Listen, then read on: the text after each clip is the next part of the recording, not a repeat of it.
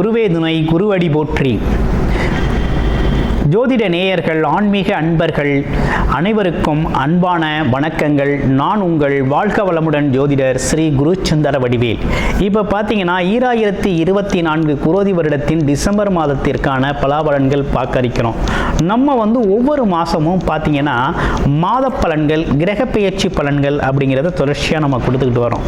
அந்த வகையில் இந்த மாதம், இந்த வருடத்தின் கடைசி மாதமான டிசம்பர் மாதத்திற்கு எப்படி இருக்குது அப்படிங்கிறத, என்ன செய்யலாம், என்ன செய்யக்கூடாது, என்ன விதமான வழிபாடுகள் உகந்ததாக இருக்கும் அப்படிங்கிறதை பற்றி முழுமையாகவும் தெளிவாகவும் விரிவாகவும் நம்ம பார்க்க இருக்கிறோம். அந்த வகையில் உங்களுடைய ராசியான கன்னி ராசிக்கு எப்படி இருக்குது?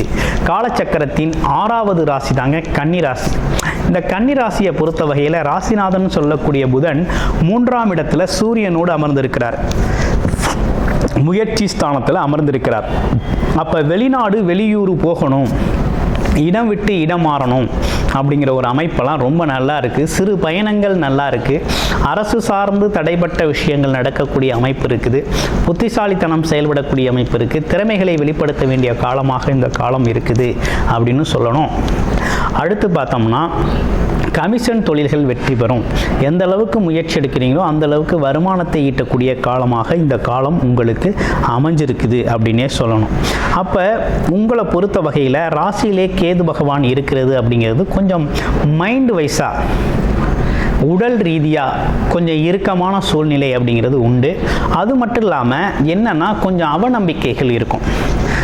இந்த காலத்தில் இதை தொடங்கினா நல்லா இருக்குமா, நல்லா இருக்காதா, இல்லை ஜெயிச்சிருவோமா, ஜெயிக்க முடியாதா, ஆமாம் அப்படிங்கிற ஒரு நம்பிக்கை குறைபாடு அப்படிங்கிறது இருக்கும். அதனால் அதை தாண்டி முயற்சி அப்படிங்கிறது ரொம்ப அவசியமாக இருக்குது. 4ஆம் இடத்துல இருக்கக்கூடிய சுக்கிரன் அப்படிங்கிறவர் 2-9 கூடையவராக இருக்கிறார். அப்போ 2-9 கூடையவர் 4ஆம் இடத்துல இருக்காருன்னா வண்டி, வாகனம், வீடு, சொத்து சம்பந்தப்பட்ட விஷயங்கள்லாம் இந்த காலகட்டத்தில் அது சார்ந்த முயற்சிகள்லாம் உங்களுக்கு பலிதமாகும். தாராளமாக வீடு, வண்டி, வாகனங்கள் சம்பந்தப்பட்ட விஷயங்களில் ஈடுபடலாம். ஒரு வீடு கட்டணுமா கட்டலாம், இல்லை ஒரு இடம் வாங்கணுமா வாங்கலாம், இல்லை பாருங்கள் ஒரு வண்டி வாங்கணுமா வாங்குங்க, இல்லை வாகனம் சார்ந்து தொழில் செய்கிறவங்களுக்கெல்லாம் ரொம்ப நல்ல ஒரு சிறப்பான பலன் இருக்குது. ஆமாம், அதே போல் பார்த்தீங்கன்னா சிறு சிறு பயணங்கள் மூலமாகவும் நல்லது ஒரு லாபம் அப்படிங்கிறது ஈட்ட முடியுது உங்களால். 6ஆம் இடத்துல இருக்கக்கூடிய சனி பகவான் அப்படிங்கிறது வேலை சம்பந்தப்பட்ட விஷயத்திற்கும் எதிரி தொந்தரவுகள் அப்படிங்கிறதெல்லாம் உங்களுக்கு இருக்காது. இதுவரையும் உங்களை போட்டு உருட்டிக்கிட்டு இருந்த எதிரி தொந்தரவு, அக்கம் பக்கம் சுற்றம் அப்படின்னு சொல்லக்கூடிய விஷயங்கள், அது இல்லாமல் மன ரீதியான குழப்பம், ஆமாம் எப்போவோ நடந்ததை இப்போ நினச்சி பயப்படுறது, இப்படிப்பட்ட விஷயங்கள்லாம் தவிர்த்துருங்க. உங்களுக்கு அது சார்ந்த விஷயங்கள்லாம் இனி இருக்காது. எந்த வகையிலும் எதிரி தொந்தரவு அப்படின்லாம் வேலை இடத்துலையோ எங்கேயுமே உங்களுக்கு அது சார்ந்த சிக்கல்கள் இருக்காது. இனிமேல் உங்களுக்கு வேலை அப்படிங்கிறது எந்த தொந்தரவும் இல்லாமல் சிறப்பாக வேலை நடக்கக்கூடிய ஒரு அமைப்பு தாங்க காமிக்குது. 7ஆம் இடத்து ராகு கொஞ்சம் நண்பர்கள், பழக்க வழக்கம், போக்குவரத்து சார்ந்த விஷயங்கள், கணவன் மனைவி இவங்கெல்லாம் பார்த்தீங்கன்னா கொஞ்சம் அனுசரித்து போகணும். அவசரப்பட்டு வார்த்தைகளை கொட்டிடாம கொஞ்சம் அனுசரித்து போகக்கூடிய காலகட்டமாக இந்த காலகட்டம் இருக்குது. கொஞ்சம் பொறுமையும் நிதானத்தையும் கடைபிடிங்க. கூட்டு தொழில் சம்பந்தப்பட்ட விஷயங்கள்லாம் இப்போ தொட வேண்டாம். கொஞ்சம் காலம் இருக்குது, பார்த்து செய்யலாம். அடுத்து பாருங்கள், 9ஆம் இடத்துல இருக்க குரு வக்ரம் பெற்று இருக்கிறாரு. அவர் பார்த்தீங்கன்னா 4-7 கூடையவராக இருக்கிறாரு. அப்போ என்னென்னா அந்த காலத்தில் ஏதோ புதுசாக திருமண ஏற்பாடு செய்யணும் அப்படின்னா அந்த காலத்தில் கொஞ்சம் பொருத்தம் இல்லாமல் இருக்குது இல்லையா? உங்களுடைய சுய ஜாதகத்தில் நல்லா இருக்குது அப்படின்னா முயற்சி செய்யுங்க, இல்லைன்னா கொஞ்சம் தவிர்த்துக்கங்க இந்த காலத்தை. ஏன்னா அது ஒரு தற்காலிகமான காலமாக தான் இருக்குது. தவிர்த்துக்கிறது அப்படிங்கிறது நல்லது. 10 கூடையவரும் உங்களுக்கு புதனாகவே இருக்கிறாரு. அதனால் ஒன்றும் நீங்கள் பயப்பட வேண்டியதில்லை. ஏன்னா தொழிலதிபதியும் புதனாகவே இருக்கிறதுனால, ஆமாம் அவரும் பார்த்தீங்கன்னா அவங்களுக்கு பாக்கியாதிபதி 4ல் இருக்கிறதுனாலையும் ஒரு நல்ல விஷயங்கள் நடக்குது. ஆமாம், முன்னாடி இருந்தது போல் இல்லாமல் இப்போ உங்கள் வாழ்க்கையில் ஒரு நல்லது ஒரு முன்னேற்றம் அப்படிங்கிறது ஏற்படக்கூடிய ஒரு நல்ல காலகட்டமாகத்தான் இந்த காலகட்டம் அமைஞ்சிருக்கு. படிக்கிற குழந்தைகளுக்கு படிப்பு நல்லா வரும், படிப்பில் ஜெயிப்பாங்க. அதே நேரத்தில் பார்த்திங்கன்னா அரசு சார்ந்த முயற்சிகள்லாம் அது சார்ந்து இளைஞர்கள் பார்த்திங்கன்னா எக்ஸாம் எழுதுகிறாங்க வேலைக்காக அப்படின்னா அது சார்ந்த முயற்சிகள் பலிதமாகக்கூடிய காலகட்டம் தான். அடுத்து வேறு மற்றபடி சிட்டிசன்ஸ் புது முதலீடு செய்யலாமா, புது தொழில் முதலீடு செய்யலாமா அப்படிங்கிற மாதிரி சில பேர் நம்மக்கிட்ட கேட்டுக்கிட்டு வர்றாங்க. இந்த காலகட்டம் அதுக்கு பொருத்தமாக இருக்குதா அப்படின்னா, புது தொழில் முதலீடு அப்படிங்கிறத உங்களுடைய சுய ஜாதகத்தை பார்த்து தான் செய்யணும். ஏன்னா ஒரு புது தொழில் தொடங்குகிறோம் அல்லது புது தொழில் முதலீடு செய்யணும் அப்படின்னா உங்களுடைய சுய ஜாதகமும் இப்போ கோச்சார நிலையும் எப்படி இருக்குது அப்படிங்கிறத பார்த்து தான் செய்யணும். கொஞ்சம் அவசரப்படாமல் செய்யணுங்கிற அமைப்பு தான் இருக்குது. ஏன்னா 3-8 11 மறைகிறார். ஆமாம், அதுவும் நீசம் பெற்று மறைகிறார். கொஞ்சம் கவனம் எடுத்துக்கணும், அவசரப்பட வேண்டிய அவசியம் இல்லை அப்படிங்கிற மாதிரி ஒரு அமைப்பு இருக்குது.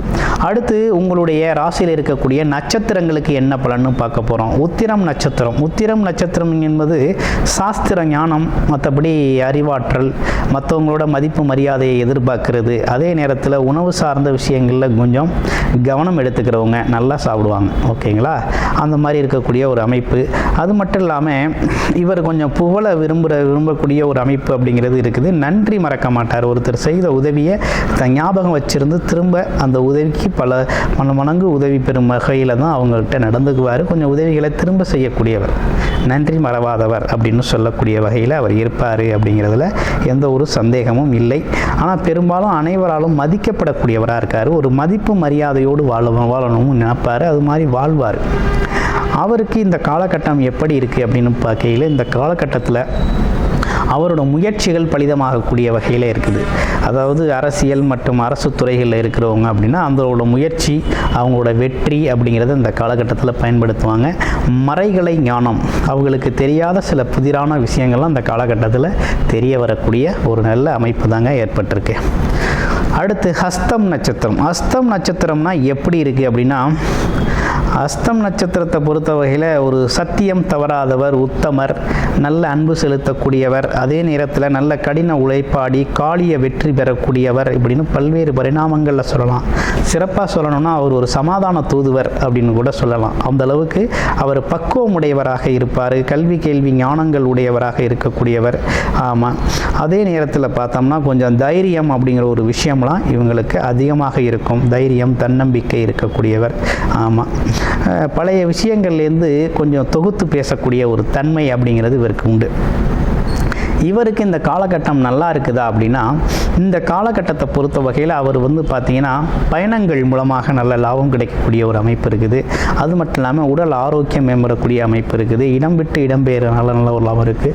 குறிப்பாக சேல்ஸு, மார்க்கெட்டிங்கு, ரியல் எஸ்டேட் சார்ந்த துறைகள், கமிஷன் தொழில்கள் இதில் இருக்கிறவங்களாம் நல்லா வெற்றி பெறக்கூடிய ஒரு அமைப்பு அப்படிங்கிறத இந்த காலகட்டம் உறுதிப்படுத்துது அப்படிங்கிற மாதிரி சொல்லலாம்.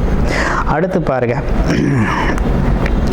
சித்திரை நட்சத்திரம். சிறுன்னு சின்னதாக ஒரு கோபம் வந்தாலும் அதே நேரத்தில் வார்த்தை சுத்தம் உடையவர்கள் அப்படின்னு சொல்லணும். இவங்களை வார்த்தை சுத்தம் உடைய, தன்னை நம்பி வந்தவங்களை எந்த நேரத்துலையும் கைவிட மாட்டாங்க, ஏமாற்ற மாட்டாங்க அப்படிங்கிற மாதிரி சொல்லலாம்.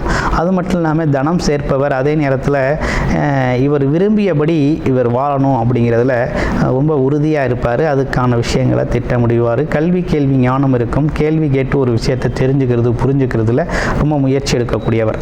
சரி, இந்த சித்திரை நட்சத்திரத்தில் பிறந்தவர் இவருக்கு எப்படி இருக்குது அப்படின்னு பார்க்கல, இவர் கொஞ்சம் அந்த காலகட்டத்தை பொறுமையாக கடத்தணும் அப்படிங்கிற மாதிரி இருக்குது.